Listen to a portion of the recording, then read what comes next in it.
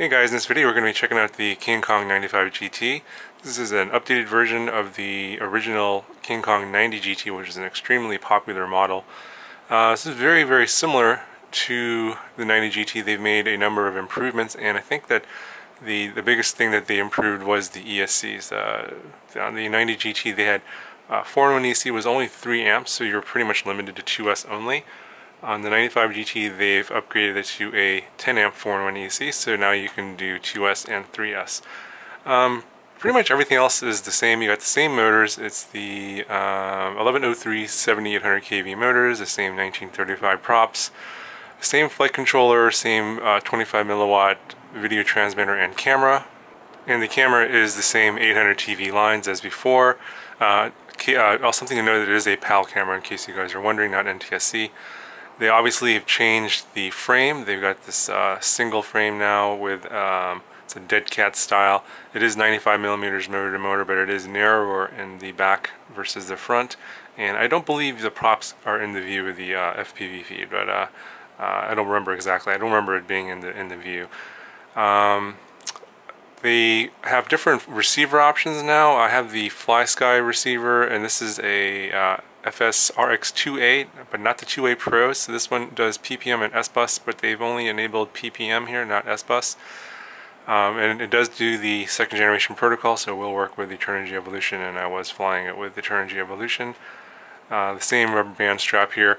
Obviously, in terms of cosmetics, the biggest visual difference here is the canopy. This is plastic, and let me pop this off here. Just take these 2 screws off, I remove them, and then unhook the front, and then it'll just pop right off.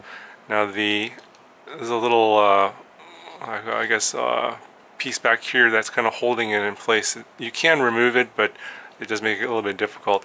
And I think that having this canopy is nice visually, but it's also sort of a downside, because the USB port is no longer accessible because it's being blocked by the canopy. It's right under here.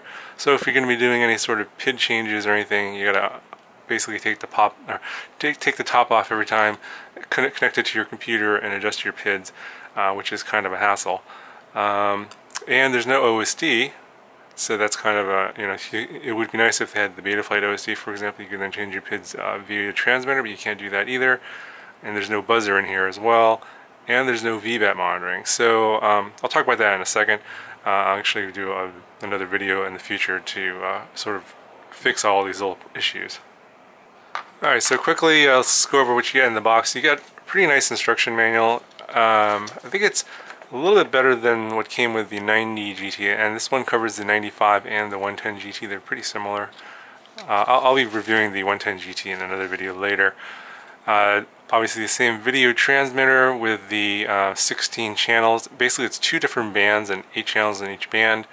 The easiest way to find your channel is to tune your receiver or monitor to the channel you want, and then just press the button one at a time until it starts transmitting on your channel, instead of trying to figure out all these little lights and stuff. I think that was easier, and so because you only have to press the button at most 15 times to find your channel, and so you just press it, see if it tunes in. If you don't get video, just press it again. You just keep doing that until you get video, and then you're on your channel. So I think that's the easiest way to set your channel, because it's only 16, so it's not that bad. The rest of the manual is pretty similar to before. It shows you how to do firmware updates. I did fly this stock. It comes with Betaflight 301, and because of that, it only has multi-shot enabled, even though the 4-in-1 EC can do D-shot. I will do a video later to show you how to do the upgrade to the latest Betaflight. That'll be a separate video, but I flew it stock because I just wanted to see how it would fly out of the box with the stock PIDs and the stock battery, no changes. Just wanted to show you guys what the experience is like for someone just buying it. Pull out of the box, charge the battery. Probably still have to plug it into your computer to make sure your channels are working on with your radio. Make sure that your channels aren't reversed, that kind of stuff. And also, maybe adjust your PIDs if you like different PIDs or different rates.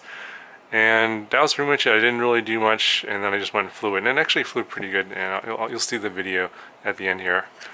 So you get the same kind of stuff that you got with the 90GT. There's a little frequency chart there for the VTX. You get a little prop remover, some extra rubber bands for the battery holder. This does come with the same prop guards with longer screws and washers. I'm not a big fan of prop guards, so I didn't bother with using them this time. They did give you an extra canopy, which is nice in case you break that one, or if you want a different color.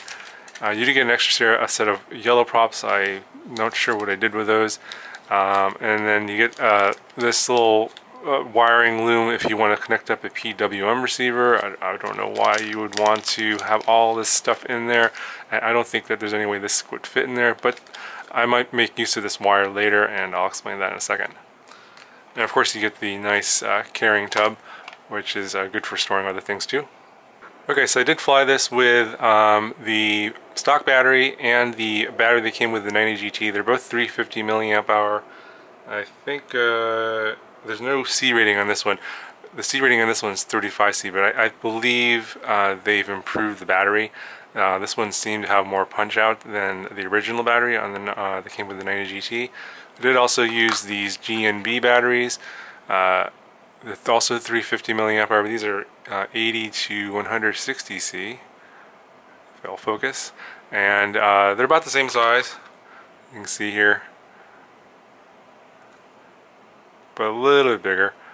And I thought that these batteries had actually the best performance out of the bunch. Of course, it has the lowest internal resistance, highest C rating, so of course it's expected that this would be the best. So the next part of the video, I'll show you a little bit how I set this up in Betaflight. Didn't really do much, as I mentioned before. I'm going to be doing some future videos. I'm going to do a Betaflight update video. I'm going to enable D-Shot 600 on here, and also I'm going to mod this with an OSD. So it's going to be one of these guys here. It's a little micro minim OSD, and I think I found a little spot here where I could stick it behind the camera like so, and I'll have a video on how to wire this up and what you need to do to get this working. Probably going to also change the receiver from from PPM to S-Bus, because in order for the in order for you to wire up the OSD, you have to use an S-Bus receiver. You can't use a PPM receiver. That's one of the limitations. And I may add a buzzer somewhere. I'm trying to figure out how to add a buzzer. I think the work will require some sort of motor remapping voodoo, but I'm looking into that. But there's no VBAT monitoring in here, so you can't have a low voltage alarm. You can only use it as a lost model alarm.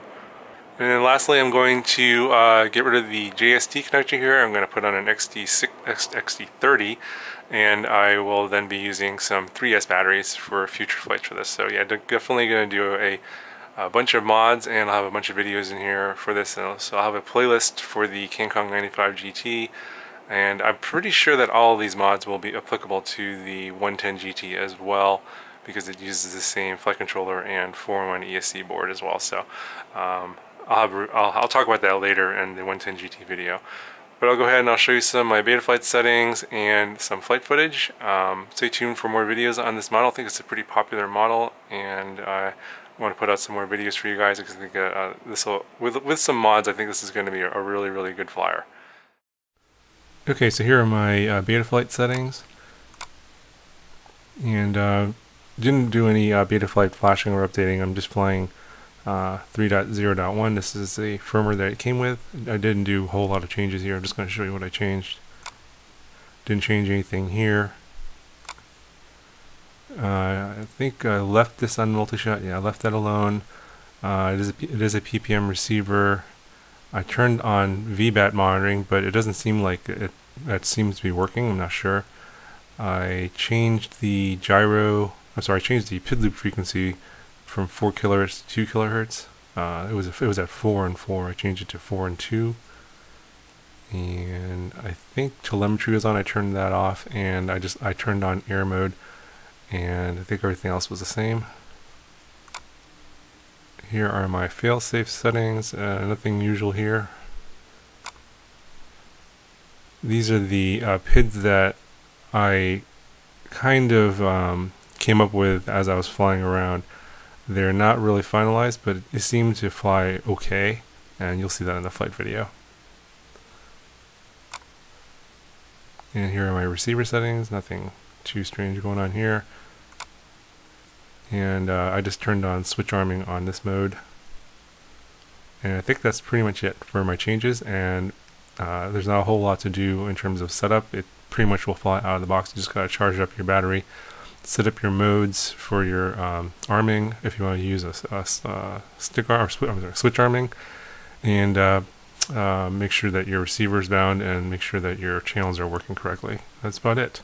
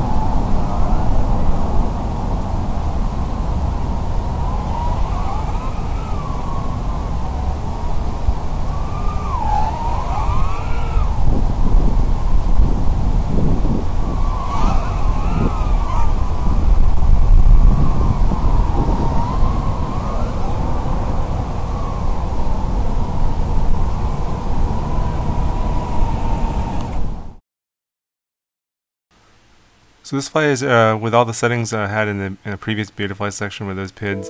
They seem to be flying pretty good. I am using a different battery here. It's a GNB, the one that I showed in the earlier part of the bench part of the video. I think that battery has a lot more power than the stock battery, and I think you can show I'm doing power loops and all kinds of acrobatic tricks with it without any issue, even on this little 2S battery. So that's the battery I recommend, and I'm going to put that